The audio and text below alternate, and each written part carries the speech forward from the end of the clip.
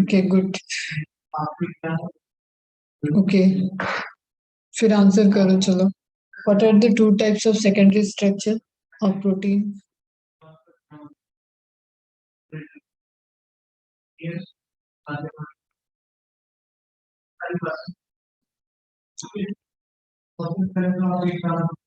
Two types of secondary structure of protein.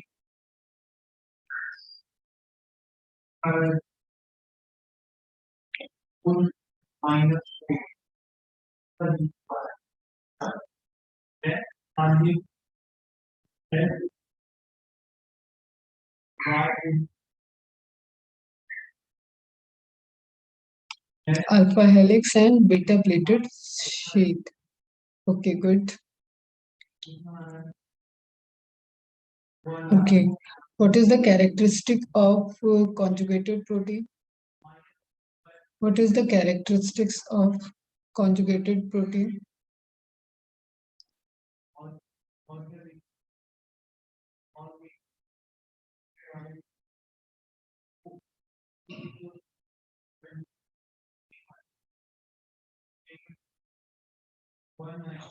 Very nice. They are conjugated. तो नाम में ही लिखा है.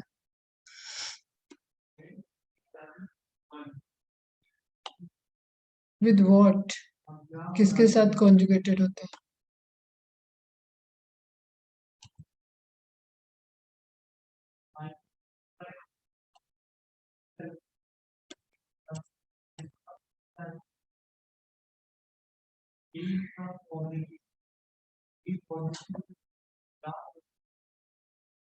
Non-proteins and proteins. Yes, okay, very good. What are the factors which affect the activity of a protein?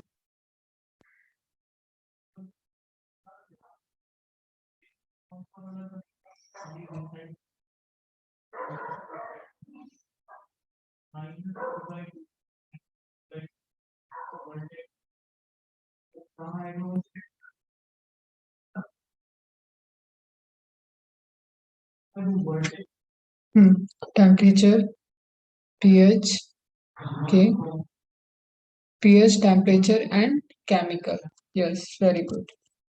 Okay. कल एक query दो तीन बच्चों के मैसेजेस आए थे कि CO और NH के बीच में जब पेप्टाइड बॉन्ड है तो हाइड्रोजन बॉन्ड कैसे बनेगा. किसी को पता है उसका आंसर?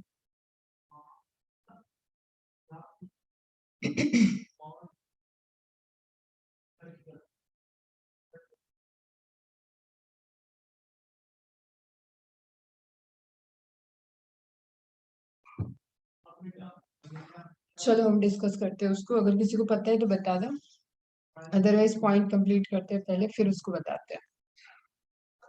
नेक्स्ट एक्स्ट्रा पॉइंट्स में लिखा हुआ है insulin. Insulin is again a proteinaceous hormone.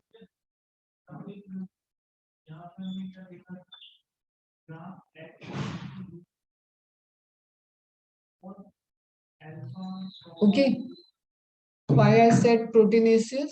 Because it is made up of protein. इसका मतलब कुछ और भी हार्मोन्स होते होंगे. यस, होते हैं. लिपिड पढ़ाते वक्त बताया था. Steroidal hormone. ओके, तो insulin is basically proteinaceous hormone. It is made up of 51 amino acids. ठीक है, 51 अमाइनो एसिड की चेन है. किस तरीके से बनता है, इसकी जेनेटिक इंजीनियरिंग क्या है, नेचुरली हमारे बॉडी में कैसे बनता है, और जेनेटिकली इंजीनियर्ड इंसुलिन के इंजेक्शन जो डायबिटिक पेशेंट्स के लिए बनते हैं वो किस मैकेनिज्म से परफॉर्म होते हैं, ये सब आपको क्लास 12th के चैप्टर में, बायोटेक्नोलॉजी चैप्टर में पढ़ना है. Okay. Haemoglobin made up of 574 amino acid. It is a quaternary structure which results by the joining of 4 polypeptide, 2 alpha and 2 beta. Proteins are forming colloidal complex in cell. Yes, देखा हम लोगों ने. Cytoplasm है या protoplasm है, उसके nature में हम लोग लिखते हैं colloidal solution. Colloidal solution. Okay, that is because of presence of protein in water. More मतलब ऐसा नहीं कि सिर्फ प्रोटीन प्रेजेंट होगा वहां पे, more amount of protein present in water, it result in formation of colloidal solution, colloidal nature or behavior of cell or a cytoplasm or a protoplasm। सभी चीज करेक्ट है। The amino acids joins with the peptide bond and form polypeptide chain, ये basics है। फिर एक summary में याद रखना globular protein and quaternary protein. Globular protein का एग्जांपल आपने मायोग्लोबिन देखा है, मायोग्लोबिन और हीमोग्लोबिन को कंपैरेटिव करते हुए क्वेश्चंस आते हैं। ओके, तो ग्लोबुलर प्रोटीन में क्या है, सिंगल पॉलीपेप्टाइड की चेन है, single polypeptide alpha beta alpha helix हो सकता है, बीटा प्लेटेड हो सकता है, बट मायोग्लोबिन में अल्फा हेलिक्स ही होता है, ज्वाइनिंग नहीं होती। अल्फा हेलिक्स की लॉन्ग चेन है जिसके पास एक हीम ग्रुप हो, ये कॉमन फैक्टर है मायोग्लोबिन और हीमोग्लोबिन का कि both having haem group. Haem group मतलब आयरन कंटेंट, ठीक है, आयरन के साथ कॉन्जुगेटेड होंगे। तो ग्लोबुलर है, ग्लोबुलर मतलब स्फेरिकल हो जाता है, have compact spherical shape, carry out synthesis, synthesis करेगा, ट्रांसपोर्ट करेगा, मेटाबोलिज्म करेगा, such as myoglobin store and transport oxygen in muscles। अब मायोग्लोबिन और हीमोग्लोबिन में एक बेसिक डिफरेंस और होता है कि मायोग्लोबिन स्टोरेज ऑफ ऑक्सीजन में रोल प्ले करता है, while haemoglobin only in transportation, वहां स्टोरेज जैसा नहीं है, उसका काम है कि लंग्स के पास से ऑक्सीजन को लो और टिश्यू तक पहुंचाओ, हर एक सेल तक ऑक्सीजन की सप्लाई वाया द ब्लड पहुंचनी है, और उसी वाया द ब्लड में जो स्ट्रक्चर है, जो कंपोनेंट है ब्लड का जो कैरी करता है ऑक्सीजन को मैक्सिमम अमाउंट में, that is the haemoglobin. Okay, आज मेरी वॉइस में बेटा थोड़ा फर्क आएगा आपको, आज मेरा फास्ट है, वो भी निराजल मतलब पानी नहीं पीना है, तो मैं ज्यादा देर क्लास भी नहीं लूंगी और ज्यादा तेज बोलूंगी भी नहीं। ओके, तो मायोग्लोबिन और हीमोग्लोबिन के थोड़ा सा कंपैरेटिव चार्ट को ध्यान रखना, जो कि कई जगह रिपीटेड भी होगा, जब आप कार्डियक सर्कुलेटरी सिस्टम पढ़ोगे वहां पे भी आएगा, जब मसल्स को पढ़ोगे तो भी हम बताएंगे, बट जहां पे बता रहे हैं उस चीज को नोटेड डाउन करना। फिर एक पॉइंट और याद रखना कि ऑक्सीजन की both are carrying the oxygen, but oxygen की एफिनिटी मतलब ज्यादा एफिनिटी बोलते हैं कि जैसे कि कोई किसके साथ कितना कंपैटिबल है। ओके, तो ऑक्सीजन की मोर एफिनिटी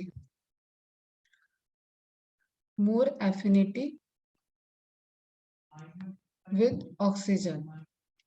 कैसे समझा इसको, जैसे जस्ट सपोज तुम्हारे दो दोस्त हैं, ठीक है, तुम ए हो, तुम्हारे एक बी फ्रेंड है, एक सी है, वैसे तो एक एक रहते हैं, तीनों साथ में रह लेते होंगे, लेकिन अगर बोले कि हाँ किसी एक के ही साथ जाना है तो यू विल चूज बी, तो तुम्हारी मोर एफिनिटी किसके साथ होगी, बी के साथ। ठीक है, उसी तरीके से ऑक्सीजन है, ऑक्सीजन को अगर मायोग्लोबिन भी है और हीमोग्लोबिन भी है तो ऑक्सीजन प्रिफर कहाँ करते हैं, मायोग्लोबिन के साथ। ठीक है, मायोग्लोबिन कहाँ पे प्रेजेंट होते हैं, मसल्स में, वो भी कौन सी, कार्डियक जो आपके हार्ट में मसल है, एंड स्केलेटल मसल जो आपके बोन्स के साथ जुड़ी हुई मसल्स है। कितनी इंफॉर्मेशन याद रहेगी। ओके, अब स्ट्रक्चर पे देखते हैं। ग्लोबुलर स्ट्रक्चर बन गया है, हाँ दिख रहा है हमें, पूरा एक स्फेरिकल टाइप का स्ट्रक्चर दिख रहा है। अब स्फेरिकल का मतलब बायोलॉजी में ये नहीं होता है कि आप एकदम प्रकार लेके उसको गोल बना दो, रेडियस निकाल लो उसके, ऐसा नहीं होता है। ठीक है, तो आपको हाँ ये ग्लोबुलर स्ट्रक्चर दिख रहा है, एक इसका सी टर्मिनल दिख रहा है, एक एन टर्मिनल दिख रहा है, और फिर पॉकेट ऑफ ऑक्सीजन मतलब हीम ग्रुप जहाँ पे ऑक्सीजन को कैरी करेगा, स्टोर करेगा। ठीक है, फिर आपको क्या है, ये सब क्या है, long chain of amino acids. Is it clear.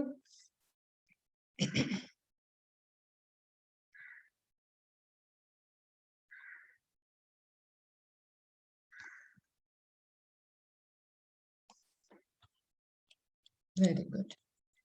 Okay, quaternary structure में हीमोग्लोबिन को पढ़ाया है, वही आपको एक स्लाइड और फिर से एडिशनली, ताकि आप रिकॉल कर सको क्वाटरनरी और tertiary structure both are function जरूरी नहीं है कि हर प्रोटीन क्वाटरनरी स्ट्रक्चर तक जाए, but if it possesses the quaternary structure, मतलब there is the combination of number of polypeptide which itself having their primary, secondary and tertiary structure.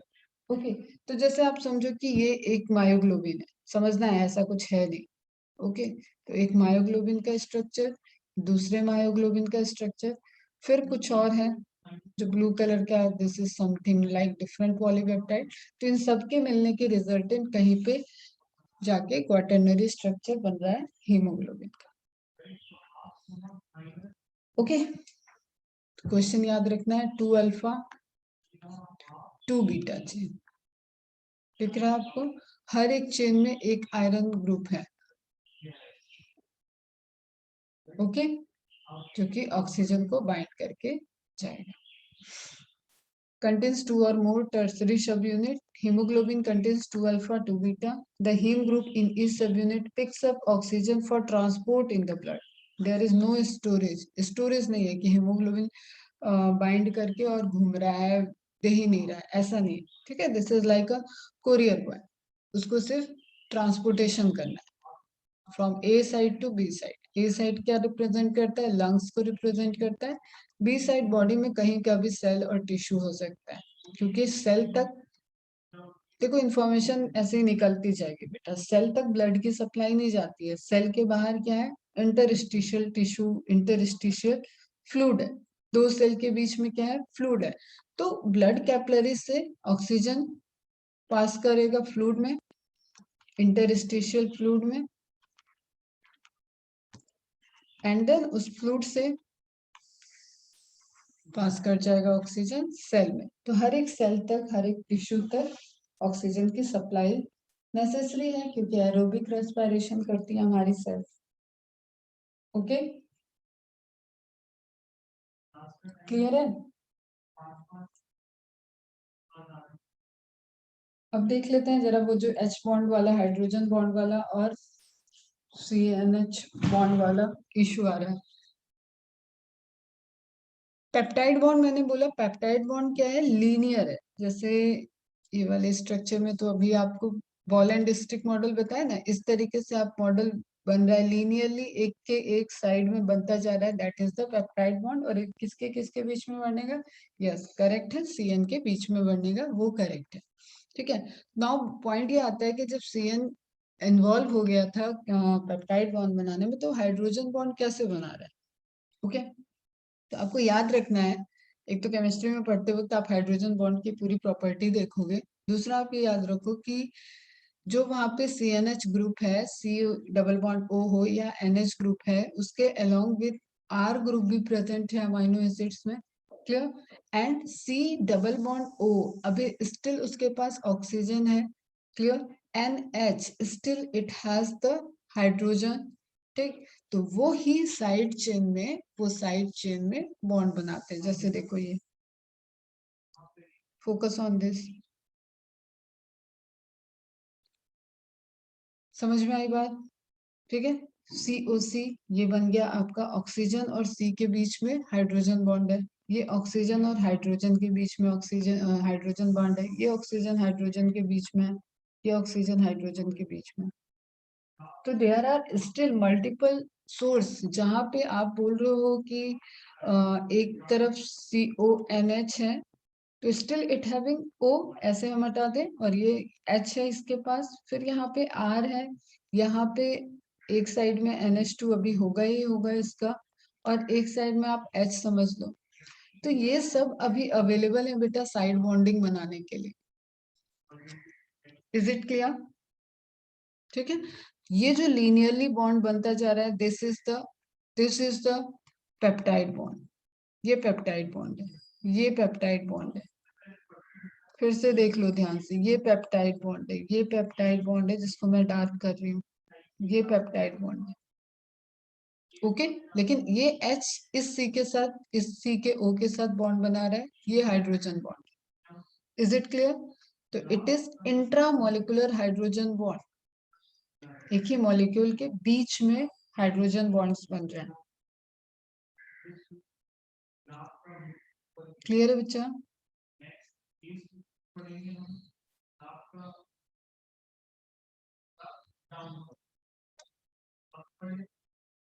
Okay, very good. आप एक rough diagram अपने knowledge clarity के लिए बना सकते हो। 2-3 amino acid की चेन बनाए और उसमें हाइड्रोजन बॉन्ड को हाईलाइट कर दिया। इतना आपको एकदम अरेंजमेंट वाला नहीं बनाना, आपका कॉन्सेप्ट क्लियर होना चाहिए। Now come to NCERT. कोई क्वेरी है यहाँ से? मेरे साइड से खत्म हो गया, अब एनसीईआरटी देख लेते हैं फटाफट। प्रोटीन्स आर पॉलीपेप्टाइड, हाईलाइट करो, कोई डाउट नहीं रहना चाहिए। मैक्रोमोलिक्यूल है, पॉलीपेप्टाइड है। They are linear chain of amino acids, yes correct, linked by peptide bonds as shown in figure 9.3। लिया है मैंने क्या फिगर? फिगर नहीं लिया है। उसमें आपको फिगर में दिया होगा कि लीनियर स्ट्रक्चर से किस तरीके से कॉइलिंग होता हुआ स्ट्रक्चर दिया होगा। Each protein is a polymer of amino acid. Figure की लेबलिंग याद रखनी है बेटा। Each protein is a polymer of amino acid, तभी तो ये पॉलीपेप्टाइड था। Okay, as there are 20 types of amino acids, ये पढ़ाया मैंने। क्लियर कि magic magic amino acid, magic 20 क्या है? मैजिक 20 यूज किया जाता है term for 20 amino acids which involve in the formation of protein chain. Example में यहाँ पे एलेनिन दिया है, सिस्टीन दिया है, प्रोलीन दिया है, ट्रिप्टोफान दिया है, लाइसिन दिया है। अब protein is a heteropolymer, important point question है। Protein is heteropolymer and not a homopolymer. Why? इसका रीजन आपको पता है। जो डीएनए पे कोड है वो ऐसे कोई कंटिन्यूअस कोड नहीं है कि वो सिर्फ एक ही अमाइनो एसिड को कंटिन्यू रीड कराएंगे। Okay, they have the combination information of combination of amino acids, that's why हमको हमेशा जो पॉलीमर मिलेगा वो हेट्रोपॉलीमर बनेगा। ओके, अगर हमने लेबोरेटरी में सिंथेटिक डीएनए स्ट्रैंड बनाया, एक सिंथेटिक आर्टिफिशियल बनाया, और हम अपना डिजायर्ड उसमें नाइट्रोजनस बेस को रिपीट करा रहे हैं, जैसे जैसे suppose you you you you you you you you, तो मल्टीपल टाइम यू यू है, तो उस केस में हमें एक होमोपॉलीमर मिल सकता है, बट नेचुरली ऐसा नहीं होगा। क्लियर है? अब होमोपॉलीमर को डिफाइन किया है। A homopolymer has only one type of monomer repeating n number of times. Okay? समझ में आया बेटा? This information about the amino acid content is important as later in your nutrition lessons you will learn that certain amino acids are essential for our health and they have to be supplied through our diet. Important information है, देखा हुआ है आपने detail में। 8 होते हैं, 10 होते हैं, एनिमल में 7 होते हैं, ह्यूमन में 8 होते हैं, एडल्ट ह्यूमन में 8 होते हैं, एंड चाइल्ड में 10 होते हैं। जो हमारी बॉडी में सिंथेसाइज नहीं होते हैं उसको हमें एक न्यूट्रिटिव सप्लाई डाइट के थ्रू हमें फुलफिल करना होता है। Hence, dietary proteins are the source of essential amino acids. ठीक है, जो प्रोटीन पाउडर के बॉक्स आते हैं ना, उसके इंग्रेडिएंट्स में आप जाओगे तो वहां पे जो डिस्क्रिप्शन दिया होता है ना, वहां पे वर्ड यूज करेगा। It has the 8 essential amino acid, it has the 20 amino acid, इस तरीके से। ठीक है, ऐसा जरूरी नहीं है कि जो प्रोटीन पाउडर है वो सिर्फ और सिर्फ एसेंशियल अमाइनो एसिड को बियर करे, केयर मतलब इंक्लूड करे। इट इज पॉसिबल कि एक लिमिट तक आप जो भी amino acid for the formation of जो 20 अमाइनो एसिड्स हैं उनके कॉम्बिनेशन भी प्रेजेंट हो सकते हैं। क्यों? वो सेम चीज है कि आपको ग्रोथ के लिए प्रोटीन पाउडर की सप्लाई ले रहे हैं डॉक्टर के सजेशन से, या इस तरीके से मिल्क में एक प्रोटीन पाउडर मिलाया और एक ड्रिंक की तरह बना के ले रहे हैं ग्रोइंग फेज में। ओके, तो ग्रोइंग फेज में आप ले रहे हैं, इसका मतलब है कि आपकी सेल, आपके टिश्यू, आपके ऑर्गन, आपकी बॉडी ग्रोथ कर रही है, तो you needed much much protein. जो डाइटरी सप्लाई से अगर नहीं मेंटेन हो रहा है और आपकी बॉडी पूरी प्रॉपर नहीं बना रही है, तो सिंपल एक प्रोटीन पाउडर करके आता है, प्रोटीन एक्स आता है, ठीक है, पीडियाश्योर आता है बच्चों का, तो उसको मिक्स किया ड्रिंक में, तो उससे आपकी रिक्वायरमेंट ऑफ प्रोटीन जो एज ग्रुप के अकॉर्डिंग आपको नीडेड होता है वो सप्लाई मेंटेन रहती है। ओके, क्लियर है? मार्क कर लिए NCERT. Therefore, amino acids can be essential और नॉन एसेंशियल। ठीक है, ब्रैकेट में लिख लेना विच फॉर्म इन बॉडी, ठीक है, which supplied in dietary product.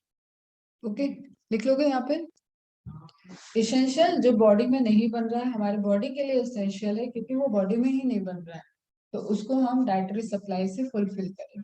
Non essential dietary supply में हो सकता है क्योंकि डाइट बॉडी तभी बनाएगी जब आप कुछ खाओगे। सब इंग्रेडिएंट तो बॉडी में ऐसे नहीं है कि अपने आप आ जाएगा, तो डाइटरी सप्लाई में हो सकता है लेकिन इसको मैन्युफैक्चर हमारी बॉडी कर लेती है, तो नॉन इसेंशियल हो गया। Okay, the latter are those which our body can make while we get essential amino acids through our diet and food. ठीक है, अगले स्टेटमेंट में आएगा, नहीं लिखोगे तो भी चलेगा, बट मार्क कर लो। Proteins carry out many functions in living organism, some transport nutrients, यहाँ से अंडरलाइन कर लेना फंक्शंस ऑफ प्रोटीन।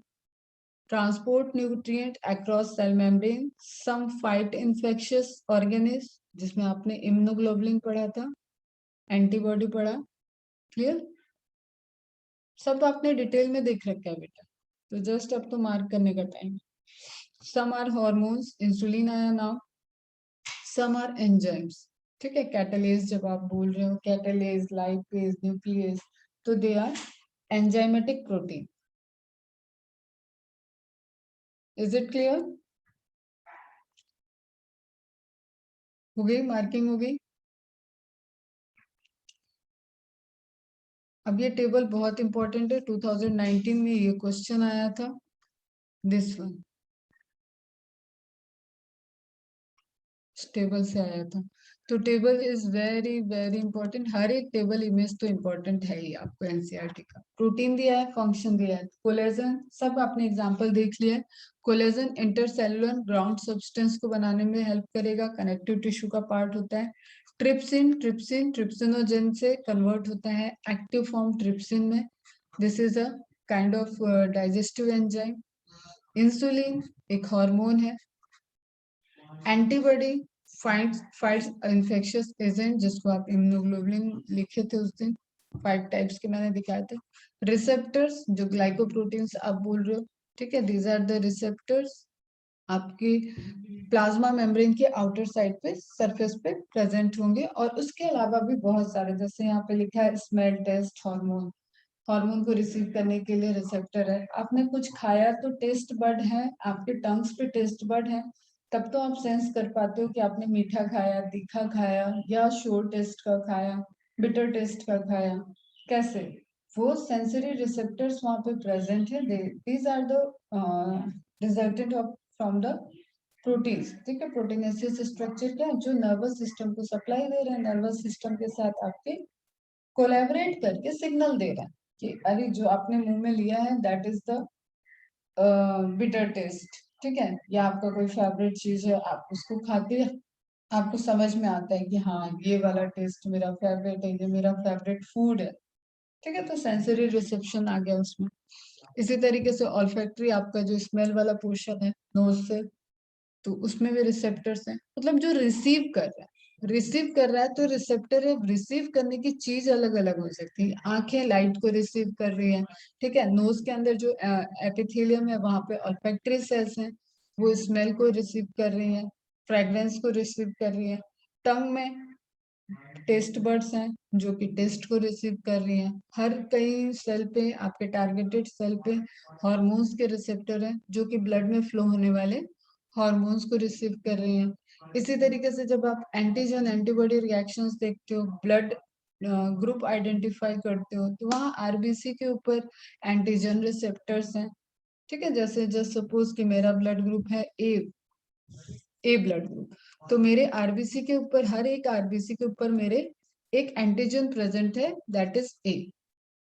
समझ में आया? अगर आपका ए बी ब्लड ग्रुप है तो आपके आरबीसी के ऊपर ए और बी दोनों एंटीजन प्रेजेंट है। अगर आपका बी ब्लड ग्रुप है तो आपके आरबीसी के ऊपर B receptors of antigen present है। ओके, अगर आपका ओ ब्लड ग्रुप है तो आपके आरबीसी के ऊपर कोई भी रिसेप्टर नहीं प्रेजेंट है। तो रिसेप्टर समझ में आया? ठीक है, ओके, वेरी गुड। फिर दिया हुआ है ग्लूट4। ग्लूट4 एक ग्लूकोज को रिसीव करने के लिए रिसेप्टर्स हैं। ठीक है, it enables glucose transport into cell, जिसपे इंसुलिन बाइंड करेगा और इंसुलिन के बाइंड करने से फिर ग्लूकोज के ट्रांसपोर्टेशन के लिए चैनल ओपन हो जाता है। इसको भी देखेंगे इंसुलिन मैकेनिज्म में, बट यहाँ पे लिख लो ग्लूट4, मतलब हाईलाइट कर लेना चाहिए। Collagen is the most abundant protein in animal world because it is the part of connective tissue. ठीक है, कनेक्टिव टिश्यू का पार्ट है, और कनेक्टिव टिश्यू हमारे बॉडी में सबसे ज्यादा अमाउंट में प्रेजेंट टिश्यू है, उनको कहते हैं connective tissue. Is it clear? ये उसी तरीके से जैसे तुम्हें मैंने बोला कि सेलुलोज या lignocellulose most abundant biomolecule on earth है। Why? Because they are the part of plant and they are present in grasses. और आप चारों तरफ ग्रीनरी में देखो तो ग्रासेस ग्रासेस ग्रासेस आपको दिखेगा, तो पूरा बल्क देखोगे तो सबसे ज्यादा अमाउंट में क्या है? प्लांट्स हैं, ट्रीज हैं, और उसमें सेलुलोज होगा। क्लियर? और डेड सेल्स हैं तो लिग्नोसेलुलोज होगा, लिग्निन का डिपॉजिट होगा। तो दैट्स वाई आप पूरा वुडी वुडी पार्ट जो निकालते हो तो एक बड़ा ट्री कई सारे छोटे ट्री के बराबर होता है। तो एक बायोमास की बात करें या एक कंपोनेंट के परसेंटेज की बात करें तो इससे एक आपको आइडिया लगता है। उसी तरीके से एनिमल की बॉडी में क्या है? एनिमल की बॉडी में देखो टिश्यू, जब आप पढ़ोगे तब हम आपको डिटेल में बताएंगे, but there is number of connective tissue. जैसे ब्लड कनेक्टिव टिश्यू है, बोन कनेक्टिव टिश्यू है, इसका टेंडोन, लिगामेंट, ये सब क्या है? कनेक्टिव टिश्यू है।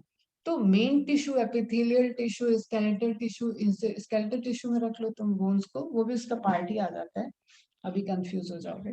क्लियर? तो उसमें आपका कनेक्शन मेंटेन करना सबसे ज्यादा इंपॉर्टेंट है।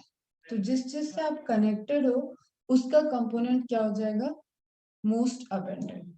तो हाईलाइट कर लेना, डायरेक्ट क्वेश्चन है। Collagen is the most abundant protein in animal world and rubisco full form याद रहना चाहिए बेटा एकदम।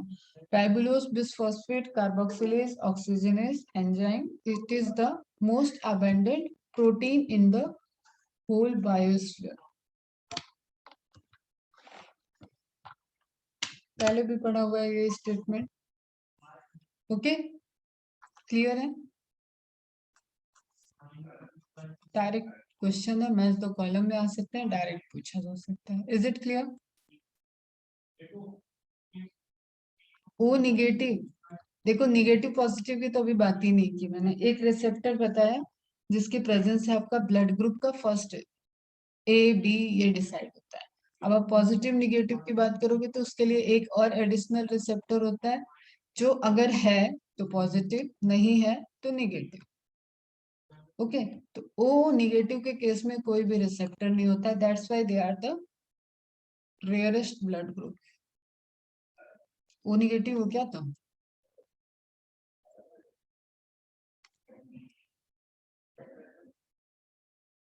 हाँ बेटा, लिग्नोसेलुलोज मोस्ट अबेंडेंट बायोमोलिक्यूल है। यहाँ क्या लिखा था? Most abundant protein. इस वर्ड को छोड़ना नहीं, गलती हो जाएगी, ऑप्शन में दोनों आएंगे। Is it clear? ओके, ठीक है। अब नेक्स्ट आपको पढ़ना है न्यूक्लिक एसिड, बट मैं अब पढ़ा नहीं रही। तुम लोग बताओ, कोई क्वेरी हो, कुछ पूछना चाहो तो बताओ।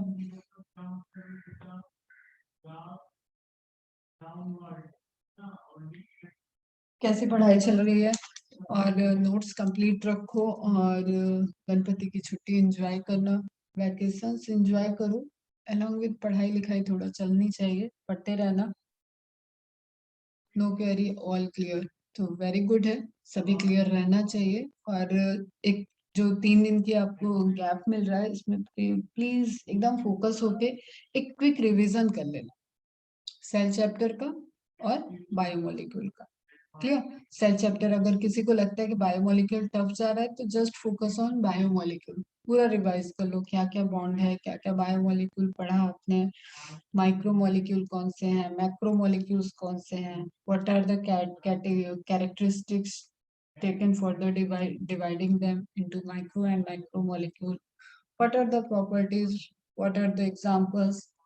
एक ऐसा चैप्टर है ये जिन दोनों मतलब सेल और बायोमोलिक्यूल ऐसे चैप्टर्स हैं जिसमें भर भर के आपको एग्जांपल्स भी याद करना है। ठीक है कि कोई ऑर्गेनेल कहाँ ज्यादा प्रेजेंट होता है, कोई बायोमोलिक्यूल्स के जो टाइप्स देख रहे हो आप फिर से उनके एग्जांपल्स देख रहे हो कि हाँ कहाँ पे ये स्ट्रक्चर है, कहाँ लोकेटेड है, इस तरीके से आप पढ़ रहे हो।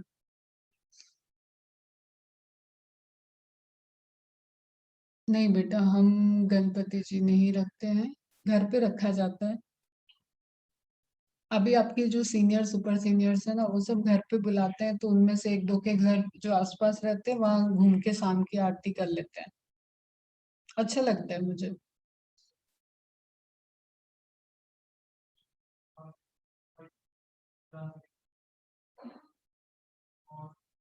House 7H purine 6 amine is form. करेंगे बेटा, न्यूक्लिक एसिड में फिर से करेंगे इस पे बात।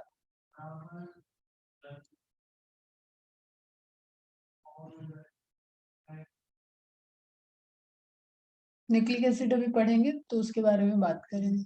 तो अपना कि यहाँ पे देखो पैकअप हो चुका है क्या क्या, कार्बोहाइड्रेट के मोनो और पॉली दोनों कंप्लीट हो चुके हैं, लिपिड पूरा कंप्लीट हो चुका है, प्रोटीन पूरा कंप्लीट हो चुका है, मतलब मोनोमर माइक्रोमोलिक्यूल्स भी हो गए एंड उसके पॉलीमर भी कंप्लीट हो गया। न्यूक्लिक एसिड का माइक्रोमोलिक्यूल न्यूक्लियोटाइड न्यूक्लियोसाइड कंप्लीट हो चुका है, न्यूक्लिक एसिड बाकी है, फिर आपका आ जाता है सेकेंडरी मेटाबोलाइट। सेकेंडरी मेटाबोलाइट देखना है आपको, सेकेंडरी मेटाबोलाइट के बाद बहुत इंपॉर्टेंट पोर्शन है एंजाइम। तो आप ये समझ लो कि 2 लेक्चर और लगेंगे, एक ये सेकेंडरी मेटाबोलाइट और न्यूक्लिक एसिड चलेगा एक दिन एंड एक तो अकेले एंजाइम लेगा पूरा टाइम। और एंजाइम तभी समझ में आएगा जब आप प्रोटीन समझ लोगे बेटा। ओके, क्लियर है? चलो फिर हैप्पी गणपति, एंजॉय करना छुट्टी एंड प्लीज पढ़ाई भी करते रहना, ध्यान रखो, मस्त रहो, खुश रहो। बाय बेटा, बाय।